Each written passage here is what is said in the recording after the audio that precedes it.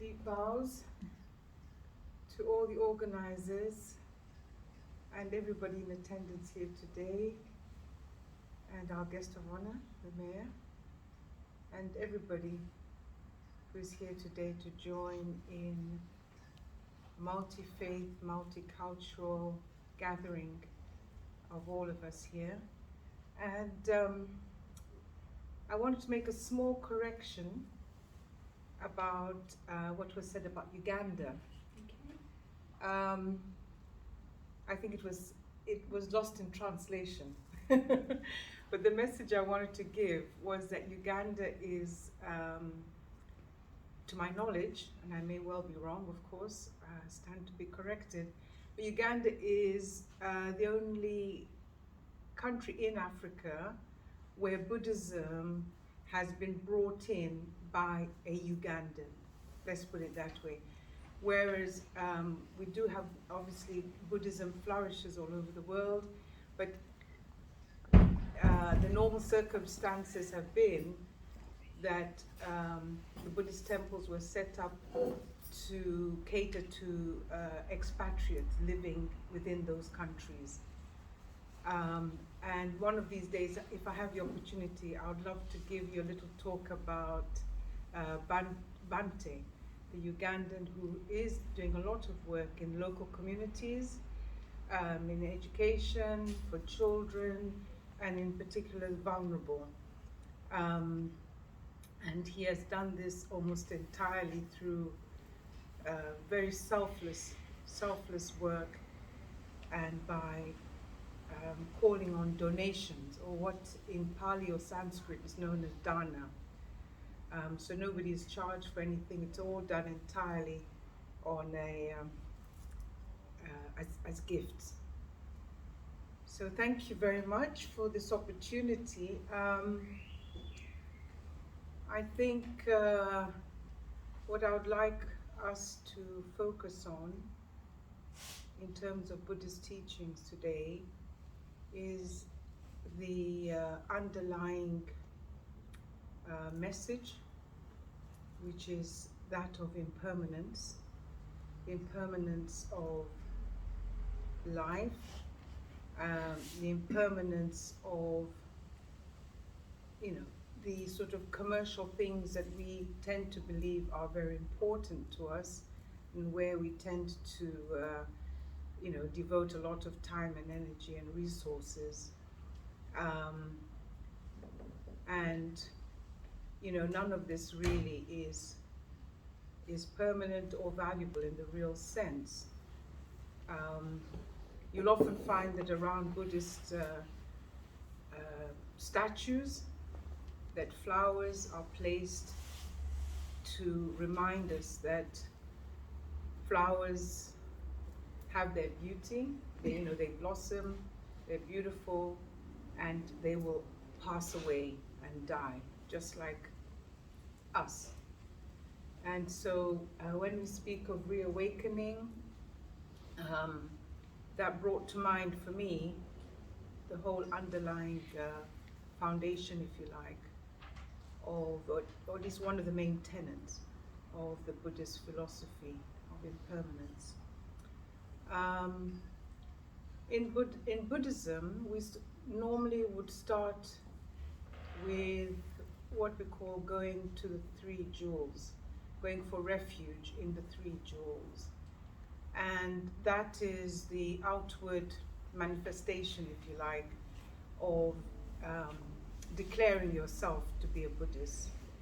So I didn't bring any music, and you might just have to put up with my singing or chanting. It's a much kinder word. But we go to the three refuges. The first refuge is that of the Buddha. The second refuge is that of the Dharma, which are the teachings of the Buddha. The Buddha is the enlightened one. And the third is the refuge of the Sangha. And the Sangha is the spiritual congregation, if you like, the fellowship of spiritual friends or noble friends with whom we share our experience, with whom we gain knowledge and understanding, we support each other at all times, and that is the Sangha. So if you'll excuse me, and this is the first time I'm doing it, but certainly never sung it before in public, but here goes.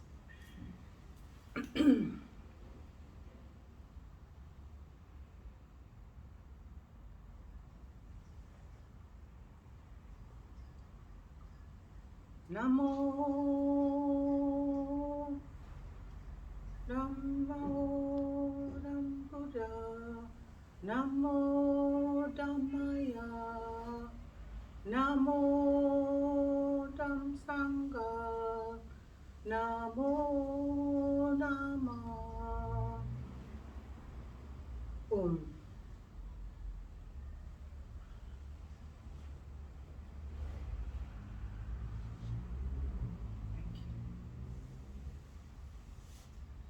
Second piece of teaching which I would like to share with you is that of metta.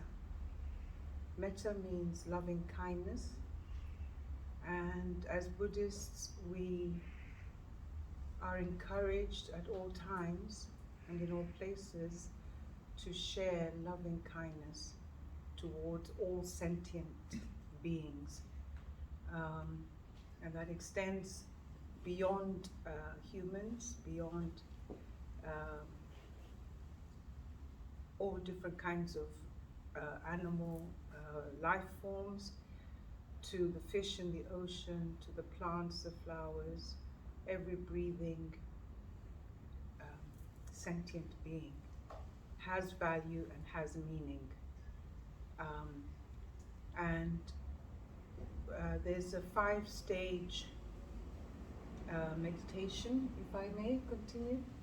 Well, time-wise, we sort of allocated 10 minutes in for each speaker, so that may not give you enough time. Really. It's not very long. Oh, have I already reached my 10 minutes? How much time do I have? 3 minutes left. 2.5. 2 minutes. So if we can have a brief pause. Yeah. Well, okay. But as we're not doing this one, Okay, so metta, as I said, as I mentioned just now, is loving kindness, and that is the when we extend compassion, friendliness, kindness to sentient beings, as I mentioned.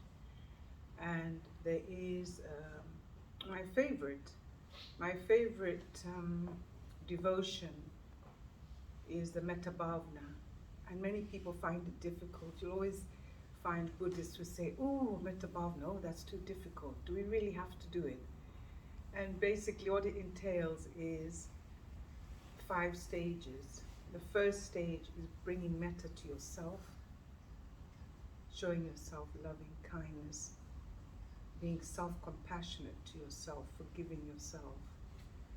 Secondly, you provide metta to your friend.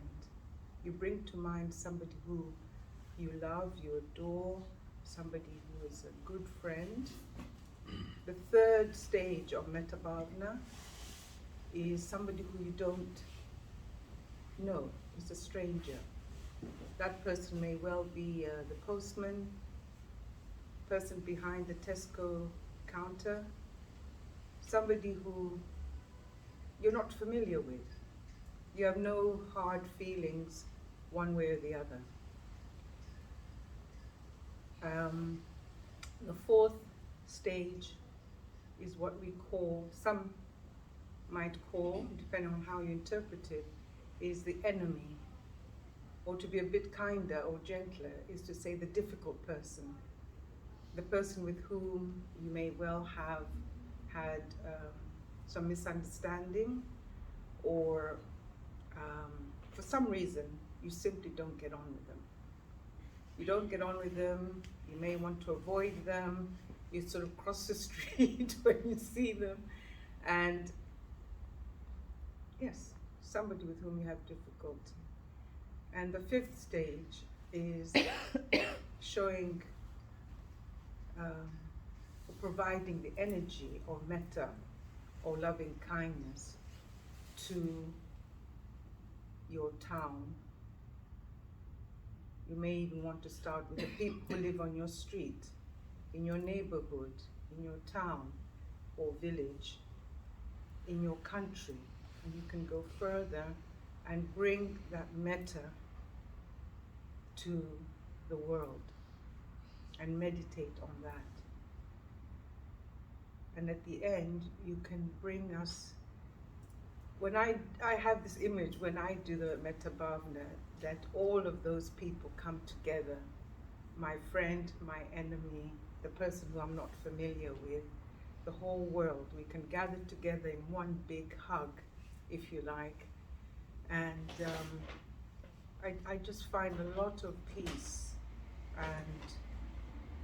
and energy. I think it's an energizing devotion to do, because you're actively pursuing and providing that level of kindness to whomsoever you decide to call to your mind. And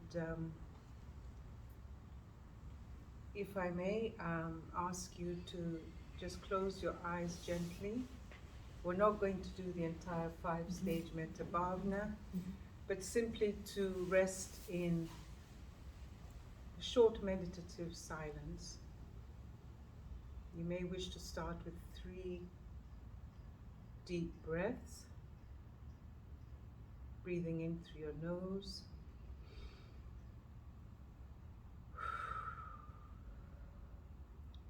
breathing out through your mouth. You may wish to put your hand on your stomach or abdomen, or if you wish to put your hand on your heart as you meditate over the need for loving kindness in the world today.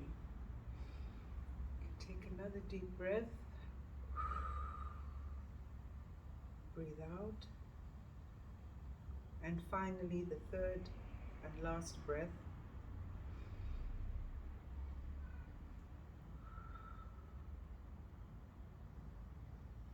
All the time thinking of how to provide metta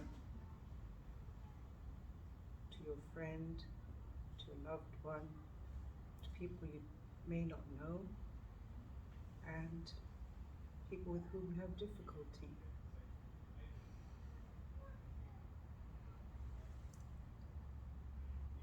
Thank you for your attention. I wish you all bountiful metta.